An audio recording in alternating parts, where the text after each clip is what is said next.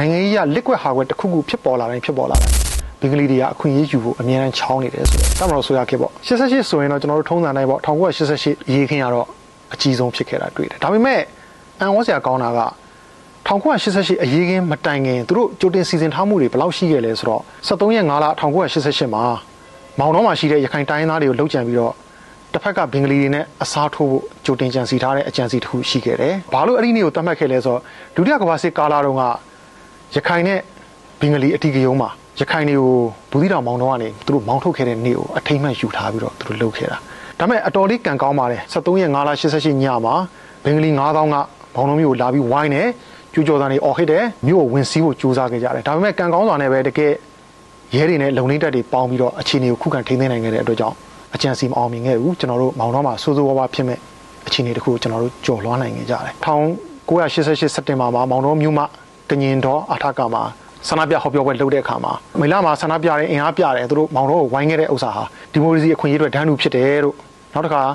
ရူအမီနဲ့တိုင်းသားတွေကဒန်းတူအခွင့်အရေးရသင့်တယ်ဆိုတဲ့ဟာအပိုင်းတွေတဖြည်းဖြည်းထည့်သွင်းပြီးဟောပြောလာခဲ့တာရှိတယ်တဖြည်းဖြည်းနဲ့ဘာဖြစ်လာလဲဆိုတော့နိုင်ငံရေးရလုံးလို့ရတဲ့အပိုင်းလေးတွေရသမျှခြေလှမ်းတိုင်းကိုတဖြည်းဖြည်းတိုးဝင်လာခဲ့တယ်ဆိုတော့ကျွန်တော်တို့စတွေ့တယ်ဒါပေမဲ့1988စက်တင်ဘာ18မှာတော့တမတော်ကနိုင်ငံတော်အာဏာကိုထိန်းသိမ်းလိုက်တဲ့အချိန်မှာတော့မွတ်စလင်လှုပ်ရှားမှုတွေလုံးဝညီတက်သွားခဲ့တယ်အဲ့တော့ဒီနေရာမှာကျွန်တော်တို့နှစ်ချက်သွားတွေ့တယ်ဒီနောက်ဆိုရခင်မှာလည်းအာဏာသိမ်းပြီးတဲ့အချိန်မှာမလှုပ်ရဲဘူးညီသွားတယ်1988မှာလည်းအာဏာသိမ်းပြီးတဲ့အချိန်မှာမွတ်စလင်လှုပ်ရှားမှုညီသွားတယ်ဒါကိုပြန်သုံးသပ်ကြည့်မယ်ဆိုနိုင်ငံရေးအရာအားနည်းပြော့ညံ့မှုဒါမှမဟုတ်နိုင်ငံရေးအရ liquid hardware တစ်ခုခုဖြစ်ပေါ်လာတိုင်းဘ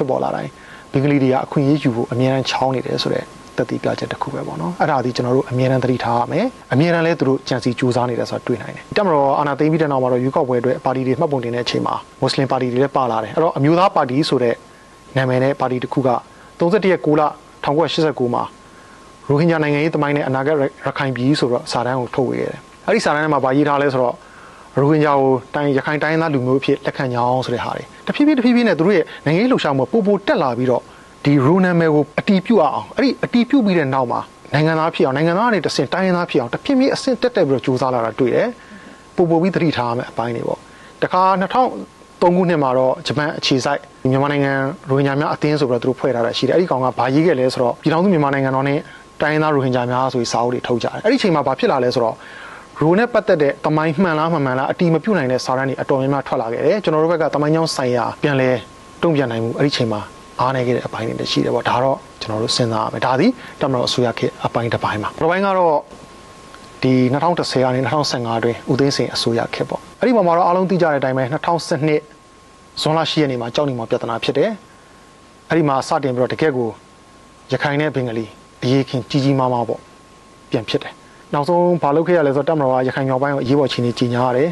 လုံခြုံရေးတပ်ဖွဲ့တွေဝင်ရောက်ထိန်းသိမ်းပြီးတော့အခြေအနေကိုငြိမ်သက်အောင်လုပ်ခဲ့ရတယ်အဲ့ဒီတုန်းကတော့ကျွန်တော်တို့ကဖြစ်သွားခဲ့တာဟာမြို့ပေါ်အထီကယုံပြိပခါတွေတိတ်မကူးဆက်ခဲ့ပေမဲ့ဒီကြီးရွာအပိုင်းတွေမှာတော့အဲ့ဒီမှာတော့တော်တော်များများဖြစ်ခဲ့တယ်အဲ့ဒီအချိန်မှာ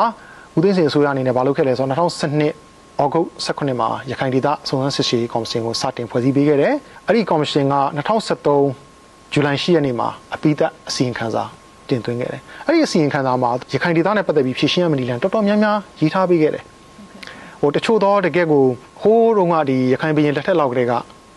အစင်ဆက်နေခဲ့တဲ့ရခိုင်လူမျိုးအဆက်အနွယ်တွေကိုနိုင်ငံသားပေးနိုင်မှုရခိုင်နဲ့ဒီဘင်္ဂလီတွေကြာ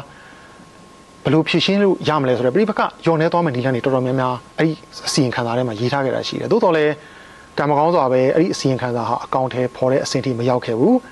2015နောက်ပိုင်းမှာတော့ဒီအစိုးရအပြောင်းလဲဖြစ်သွားတဲ့အချိန်မှာကျွန်တော်တို့ဒီတဲ့ပို့ဆိုးတဲ့အခြေအနေတွေ့ခဲ့တာပေါ့အဲ့တော့ဒါကတော့အစိုးရတစ်ခုပြောင်းသွားတာနဲ့သူကပြဿနာတစ်ခုဖြစ်လာတာအဲ့တော့အမြဲတမ်းကျွန်တော်တို့ကခေတ်တိုင်းကိုပြန်ကြည့်လို့ရှိရင်နိုင်ငံရေးကအပြောင်းလဲတစ်ခုဖြစ်တာနဲ့ရခိုင်ဒေသကလှုပ်ခနဲ့ဖြစ်သွားတယ်အဲ့ဒါဟာကျွန်တော်တို့ဒီအနာဂတ်နိုင်ငံရေးသမားတွေတကယ်ကိုမြန်မာနိုင်ငံရဲ့လုံခြုံရေးနဲ့ငြိမ်းချမ်းရေးအတွက်လေ့လာနေတဲ့သူတွေသတိထားဖို့အဓိကအရေးကြတဲ့အချက်တစ်ခုလို့ကျွန်တော်သုံးသပ်ချင်ပါတယ်